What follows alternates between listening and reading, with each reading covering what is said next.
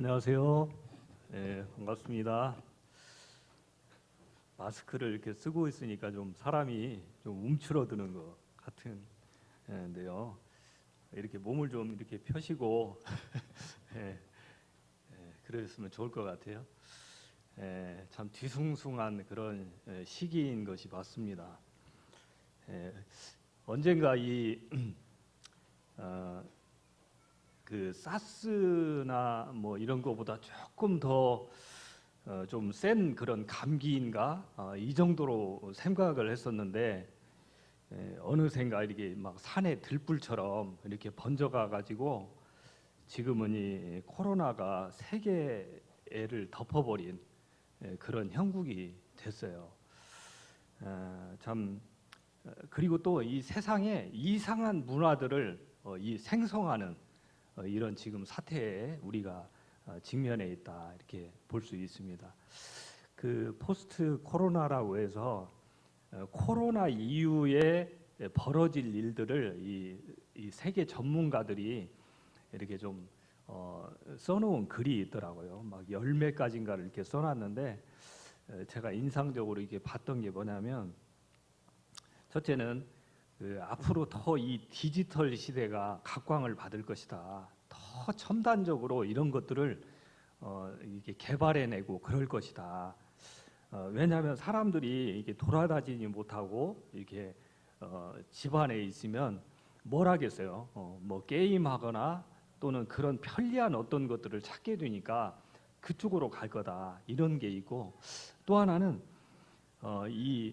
사람들을 감시하고 추적하는 이런 어떤 문화가 일상이 되어버리는 이런 모습이 될 것이다. 그런 것도 들어있어요. 또 하나는 우리가 잘 알지만 이거는 이제 비대면 사람과 사람 간의 이 거리를 두고 있고 얼굴을 이렇게 마주하기를 꺼려하는 이런 시대가 되면서 이 원격 시스템이 도입이 더 이 원격적으로 모든 것이 이루어지는 이런 시대가 될 것이다.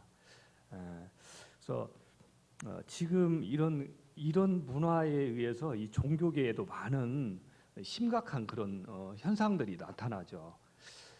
실제로 그 온라인 예배가 많은 교회들이 이걸 지금 도입해서 사용하고 있는데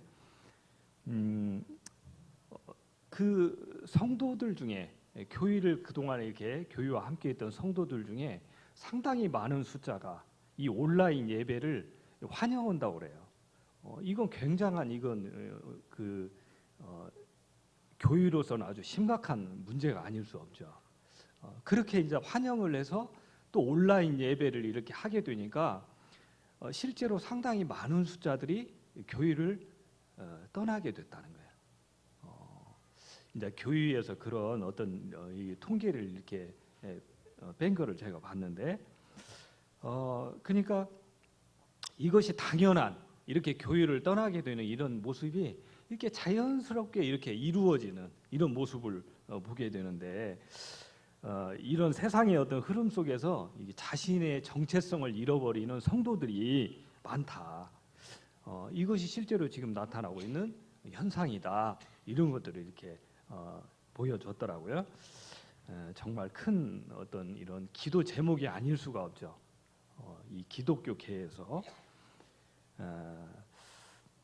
그런데 꼭 이런 사건이 있을 때, 이런 큰 뭔가 어려움이 있을 때, 그러면 사람이 우리 성도들이 신앙의 힘을 잃어버리냐? 사실은 그렇지 않다는 거예요. 사실은 그렇지 않다. 무슨 이야기가 나오냐면 신앙이 어려워지고 이런 어려움이 있을 때 교회를 등지고 세상으로 떠나는 것은 사실은 지금 이런 큰 일을 겪었기 때문에 그런 것이 아니고 평상시 성도들이 이 믿음 생활을 어떻게 하냐에 따라서 다르다는 거예요. 정말 건강하게 이 신앙의 길을 잘 달려가는 성도들은 그런 거에서 데미지를 안 입는다는 거예요. 평소에 이 신앙이 건강치 못하고 그래서 어둡고 좀 터덕거리고 이렇게 이렇게 말씀을 이렇게 말씀대로 이렇게 사는 이런 건강하고 밝은 빛 가운데 살지 못하는 그런 이 견실하지 못한 믿음을 가진 성도들이 이런 어려울 때 그때 이제 하나의 핑계가 되고 하나의 계기가 되어서 그렇게 세상으로 간다는 거예요. 그래서 우리 일상의 삶, 오늘 어떤 형제님이 그런 기도를 했는데 이렇게 우리가 이렇게 주님 앞에서 나와서 이렇게 평상시에 갖는 이런 예배, 또 말씀, 기도, 또 이런 삶이 얼마나 귀하고 가치 있는가를 알게 되는 것이 너무나 중요하다는 거예요. 그래서 그런데 이제 우리가 일상의 삶에도 이런 어떤 영적인 침체를 가져올 수 있는 일들이 많다. 사탄은 하여튼 호시탐탐 기회를 노리는 게 사탄이잖아요. 그래서 우리가 이런 큰 사건 때만 어떤 데미지를 주는 게 아니고 사실은 아주 작은 일상의 삶에서 나도 모르게 무의식 중에 하는 그런 이 믿음 없는 것들을 통해서 사단은 언제고 우리를 노린다. 참 이런 것들을 보게 되면서 이제 생각을 해보죠.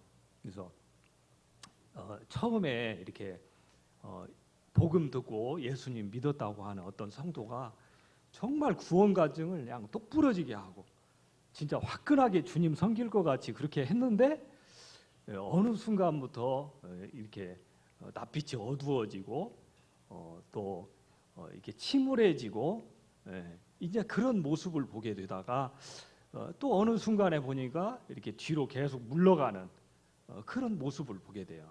그러다가 나중에 보면 어디로 가고 없는 참 이런 이제 안타까운 모습을 보게 되는데 이것은 사탄의 그런 미끼에 여지없이 참 걸려든 거다 이렇게 볼 수 있죠. 제가 이제 오늘 보고 싶은 말씀은 같이 나누고 싶은 말씀은 히브리서 서론이 좀 길었는데 히브리서 12장 1절과 2절 말씀 우리가 잘 아는 말씀인데 이런 뒤숭숭한 시기에 우리의 그 신앙의 이 발걸음이 어때야 되는지 이를 다시 한번 알게 해주는 그런 말씀이 아닌가 이렇게 싶어서 오늘 말씀을 보도록 하겠습니다. 히브리서 12장 1절 2절이죠.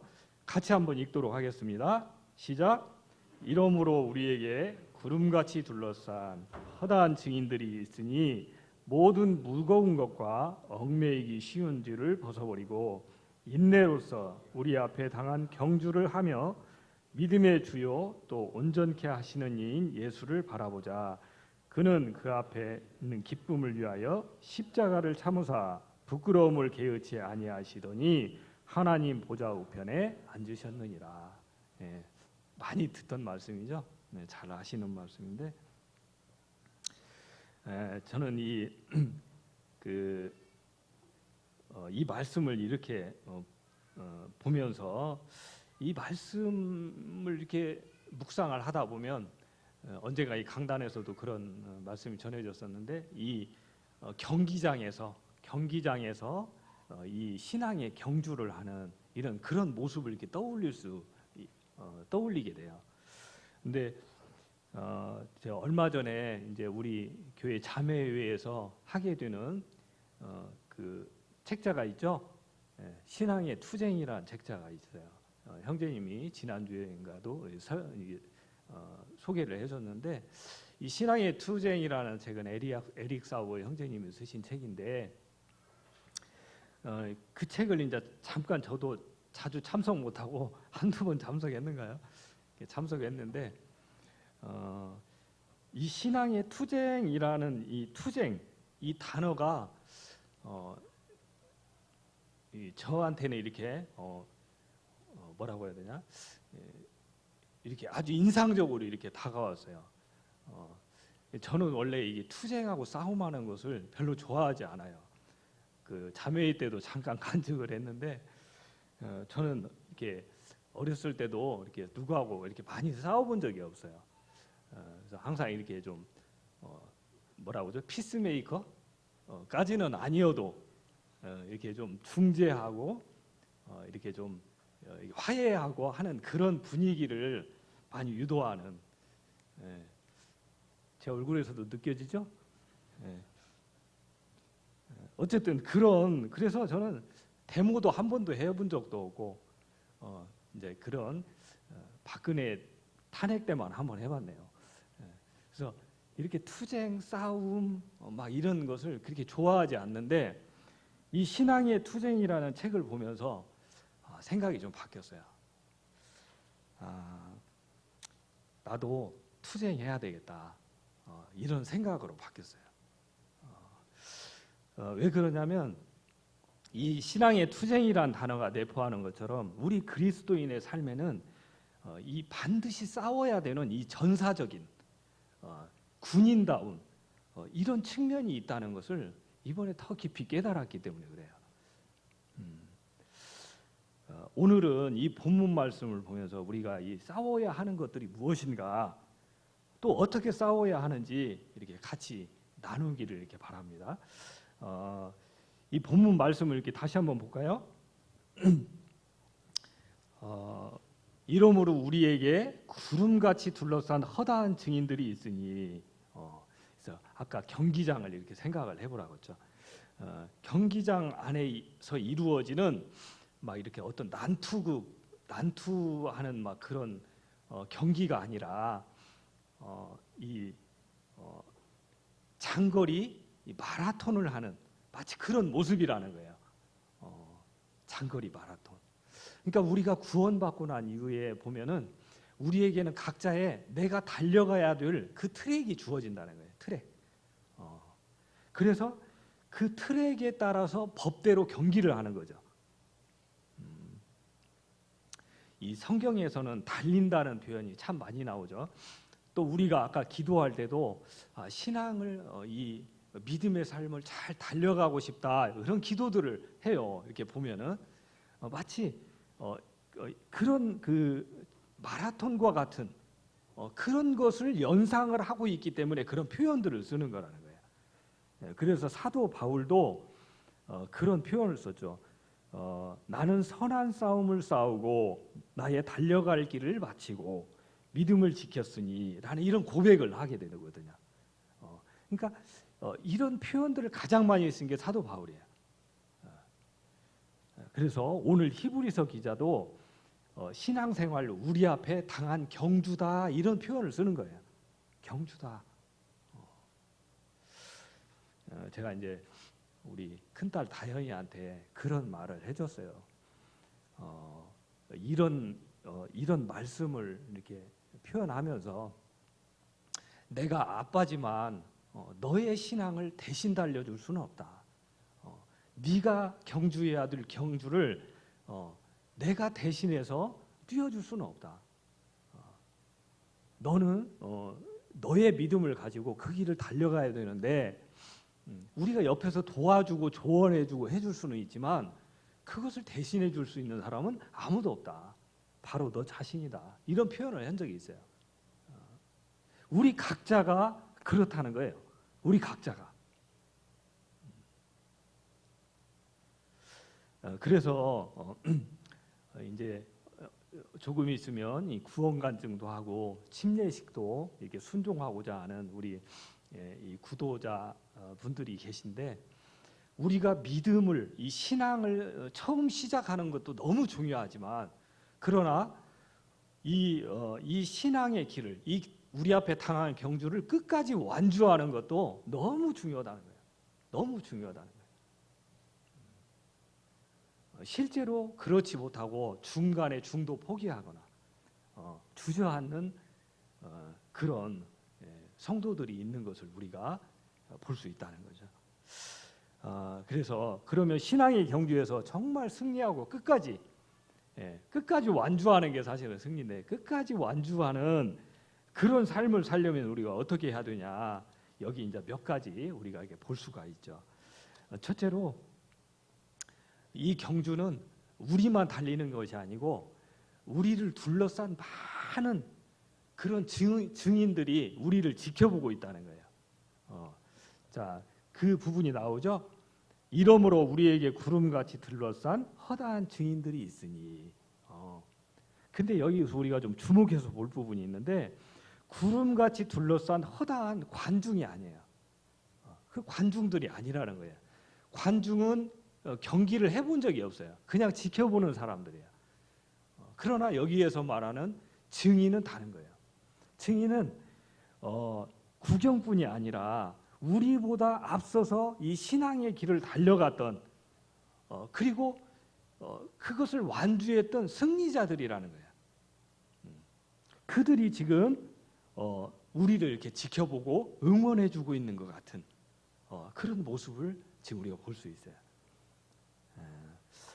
이 히브리서 11장을 보게 되면 이렇게 그렇게 달려갔던 한 17명인가의 그 앞선 우리 믿음의 선배들에 대해서 쭉 나와요. 쭉 나와요. 그래서 믿음으로 아벨은, 믿음으로 에녹은, 믿음으로 노아는, 믿음으로 아브라함은 하면서 한 17명쯤을 쭉 거론을 하다가 마지막에 가서 사도 바울이 그렇게 말하죠. 내가 시간이 없어서 다 말 못한다. 그런 증인들이 얼마나 많은지 구름같이 많다.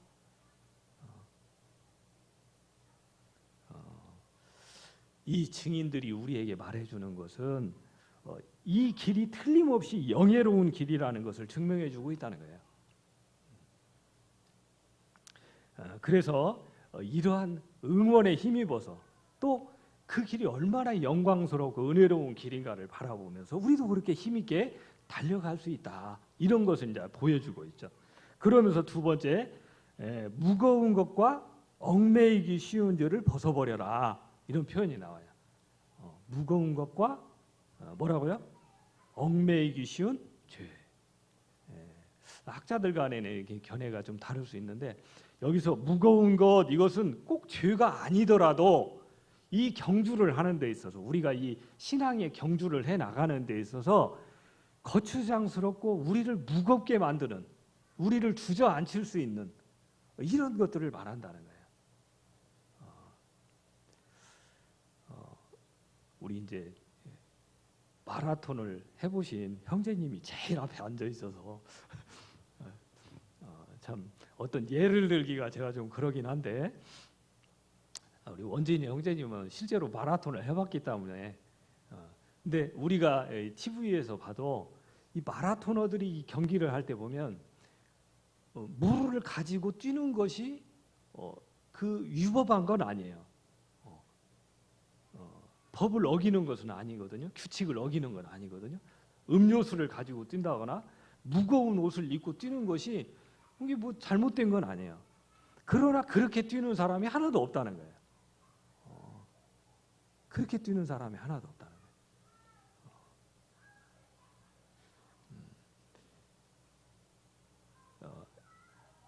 우리가 신앙을 하는 데 있어서 저도 이런 부분을 이제 많이 살펴보게 되는데 내가 주님 앞에서 달려가는 것에 있어서 어떤 것이 좀 거치고 또 나를 무겁게 하는 것이 있는가 이런 걸 살펴보고 그것을 가볍게 하는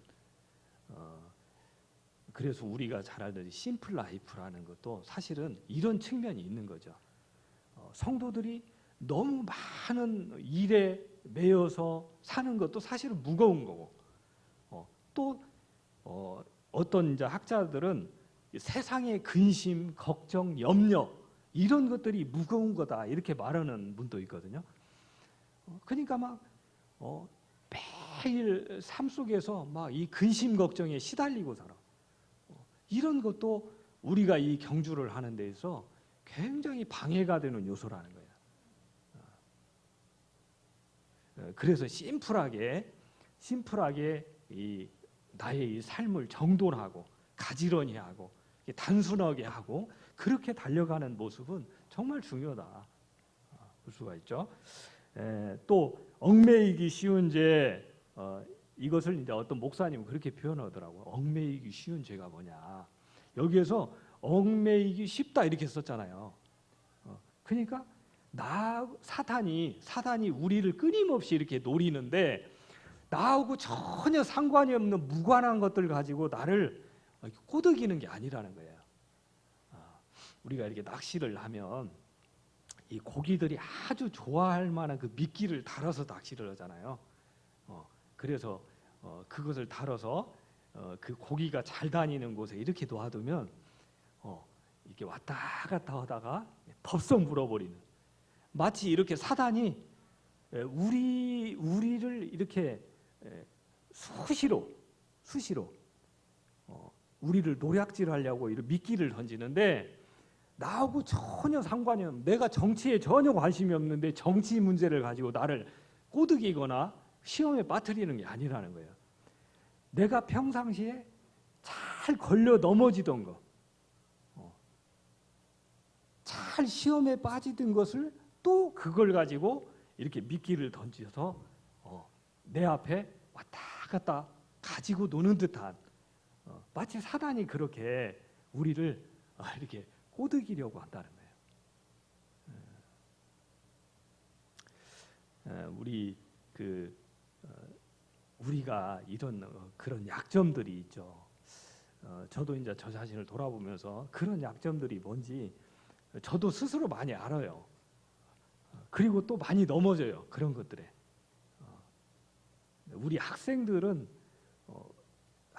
청년들은 또 멀리서 찾을 거 없죠. 이 스마트폰 하나도 그런 것이 될 수가 있어요. 스마트폰도. 이게 사소한 건데 쉽게 걸려드는 거야. 이런 것들을 가지고 그 미끼를 던진다. 그래서 이런 무거운 것을 벗어 던지는, 또 내가 쉽게 걸려들 수 있는 이런 얽매이기 쉬운 죄들을 벗어 던지는, 우리 안에 있는 이런 어떤 신앙의 결단이 있어야 된다. 이런 것을 우리가 또 보게 됩니다. 세 번째는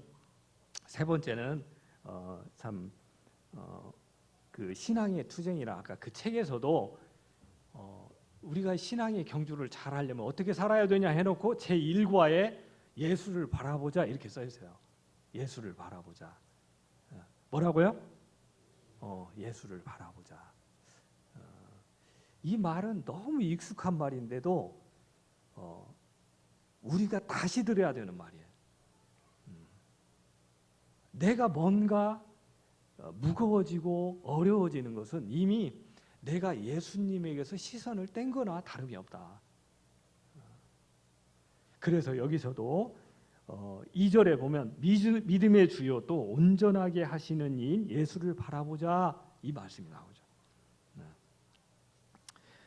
근데 그러면 우리가 예수를 바라보자라고 했는데, 그러면 우리가 예수님 말고 다른 것들을 보는 게 뭔지, 그리고 또 그런 거에 쉽게 빠지는 게 뭔지 세 가지 정도 이렇게 생각해 봤어요. 첫째는 뭐냐면 세상이에요. 세상. 예수님 바라봐야 되는데 예수님 바라보지 않고 뭘 바라보냐? 세상을 바라본다는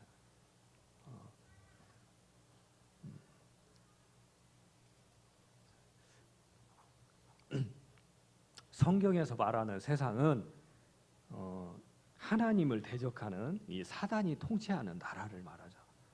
그러니까 세상은 언제고 그럴싸한 것들을 이렇게 차려놓고 사람들의 정신을 쏙 빼가려고 하는, 그렇게 유혹하고 지배하려 든다는 거예요. 세상이. 그래서 하나님 없이도 얼마든지 행복하게 살 수 있을 것 같은 그런 착각에 빠지게 한다는 거예요.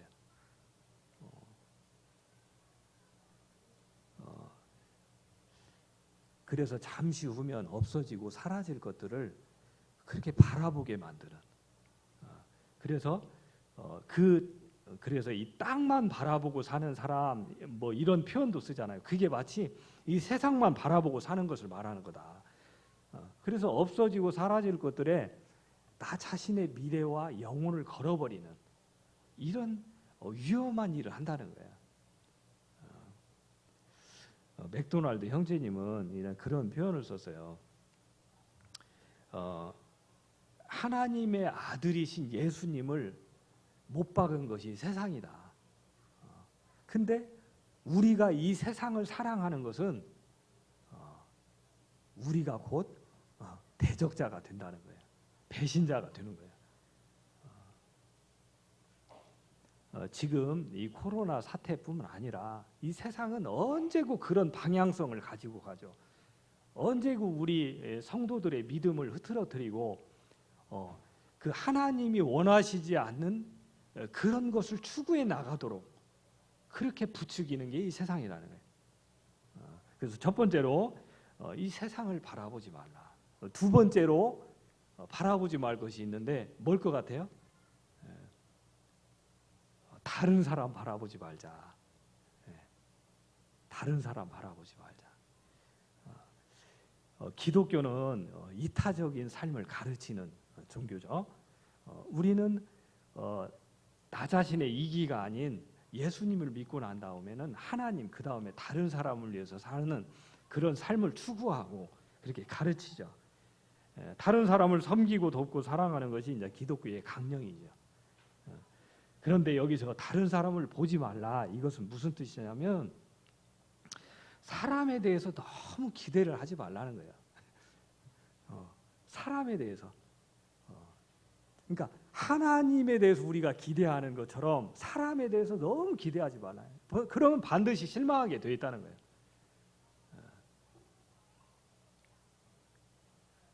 우리는 하나님 의식하면서 이렇게 하나님 가까이 오면서 사는 사람들이지 사람 기대하고 사람 의식하면서 살자고 모인 거 아니라는 거예요.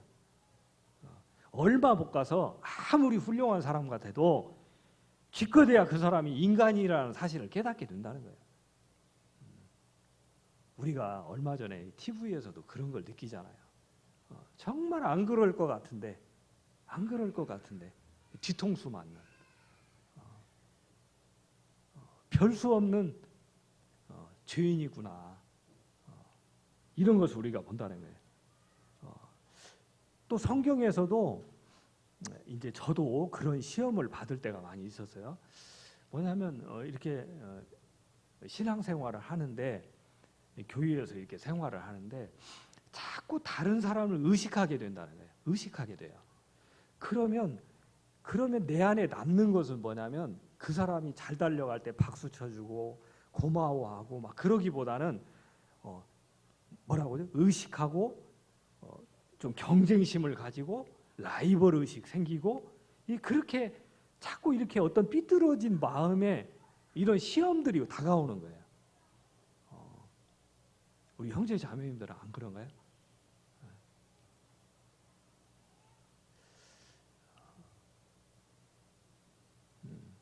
이 구약에서 이렇게 다른 사람 보다가 결국 결국 비참하게 죽은 사람이 나와요. 그게 누구냐면 사울이에요. 사울 왕. 사울은 왕이었는데도 불구하고 다윗을 얼마나 다윗을 쳐다보고 시기했는지 질투했는지 몰라요. 그러니까 저기 지나가다가 아낙네들이 하는 노랫소리, 그러니까 전쟁에서 누가 많은 공을 세웠냐 그런 노래를 아낙네들이 막 불렀거든요. 그래서 사울은 천천히요, 다윗은 만만이다. 그렇게 많은 적을 물리쳤다는 그 말 노래소리를 들으면서 사울 왕이 눈이 돌아가 버려요. 완전히 꼭지가 돌아가지고 그때부터 자기가 왕이고 많은 것을 가졌음에도 이 다윗을 쫓아다니면서 끝내 괴롭히다가 결국엔 자기가 스스로 멸망하는 그러한 삶을 사는 게 이제 사울이죠. 그래서 우리가 너무 이렇게 사람 기대하고 그 사람 쫓아다니고 사람에 빠질 거 없다. 이 신앙의 어떤 이제 지혜일 수 있죠. 그래서 너무 그렇게 내가 이렇게 같이 하는 그 사람이 어렵고 무거워져도 그 사람을 위해서 기도하고 돕고 그러긴 해도 그런 거 가지고 크게 실망하거나 그럴 필요 없다는 거예요. 세 번째는 이제 이 마지막 세 번째는 뭘까요? 예수님 바라봐야 되는데 바라보지 말아야 할 것들 세 가지 중에 첫 번째 세상, 두 번째 다른 사람, 그 다음에 뭘까요? 눈치채셨죠? 나 자신. 나 자신이라는 거예요. 이 세 번째가 사단이 제일 잘 사용하는 거라는 거예요. 사단은 할 수 있으면 나를 보게 만든다는 거예요. 할 수 있으면 나 자신을 보게 만들어요. 많이 공감들 하실 거예요. 나 자신을 보면 정말 여지없이 무너지고 실망스럽고 뭘 그렇게 못하는 게 많은지, 왜 그렇게 안 되는 게 많은지 좌절할 수밖에 없다는 거예요. 정말 나를 돌아보기 바래요. 내가 정말 그런 모습이 있는지 없는지 잘 살펴보기 바래요.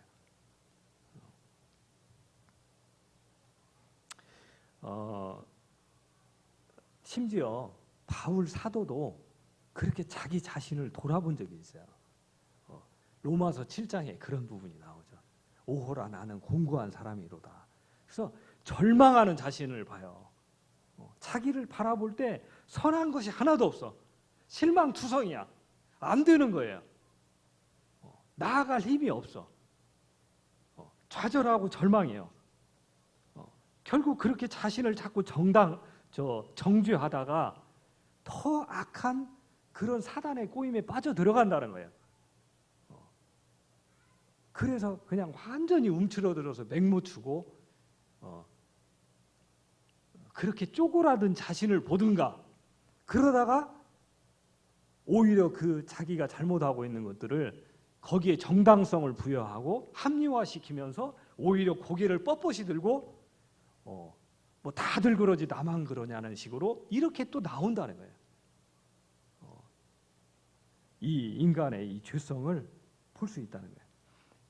그런데 사도 바울이 거기서 자기 자신만 보고 끝나면 사도 바울이 아니죠. 아니죠. 그래서 로마서 7장에서 계속 자기 자신을 보면서 절망하는 거예요. 오호라, 나는 공고한 사람이로다.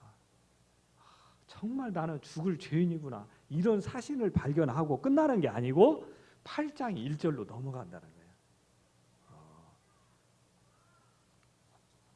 그래서 예수님을 바라보게 돼요. 눈을 들어서 예수님을 바라보게 돼요. 그러므로 이제 그리스도 예수 안에 있는 자에게는 결코 정죄함이 없나니 하면서 자기를 보던 그 시야에서 눈을 들어서 예수님을 보는 거예요.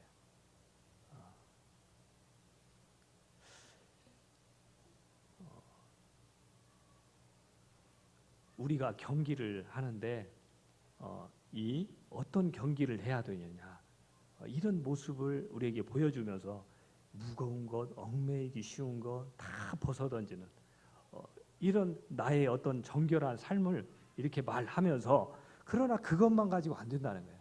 저 목표 꼬린 지점에 있는 예수님을 바라보라는 거예요. 그분을 바라보고 달려가라. 이런 권면을 우리에게 해주는 거예요. 그래서 시간이 좀 지났네요. 신앙은 경주라고 해도 좋고, 조금 더 거칠게 표현해서 신앙의 투쟁이라고 해도 좋습니다. 우리 안에 좀 이런 투쟁적인 이런 경주하는 이런 마음을 가지고 우리가 그럴 필요가 있겠다. 특히나 이렇게 뭔가 세상이 뭔가 이게 좀 이렇게 좀 뭔가 분산되고 분요하고 뭔가 웅성웅성거리고 이런 시기에 까딱하면 우리도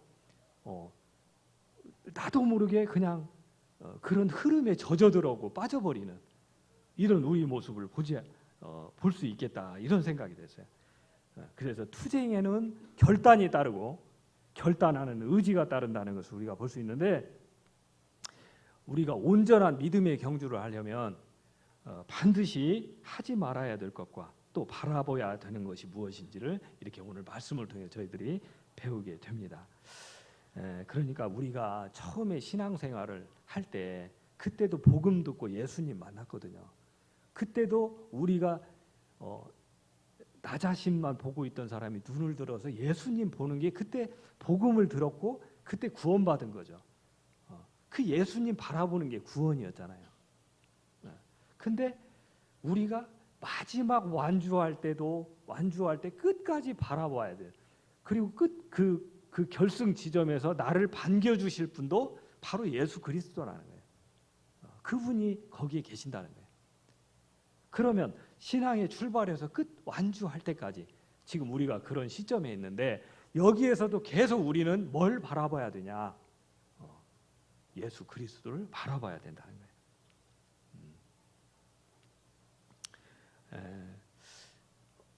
어저께 이제 이렇게 장로회를 하면서 듣자 하니까 어떤 지체가 이렇게 하나님 말씀을 진지하게 듣고서 그런 고백을 했다는 거예요.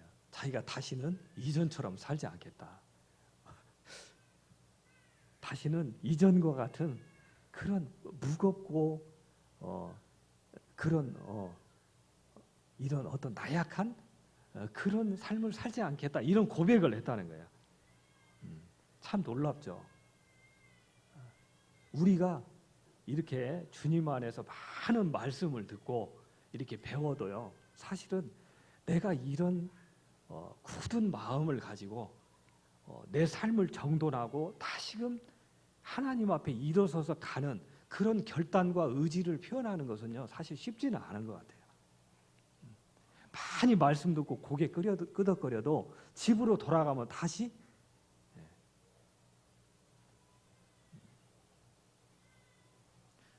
그러나 어제 그렇게 고백했던 이제 그렇게 고백했던 형제님은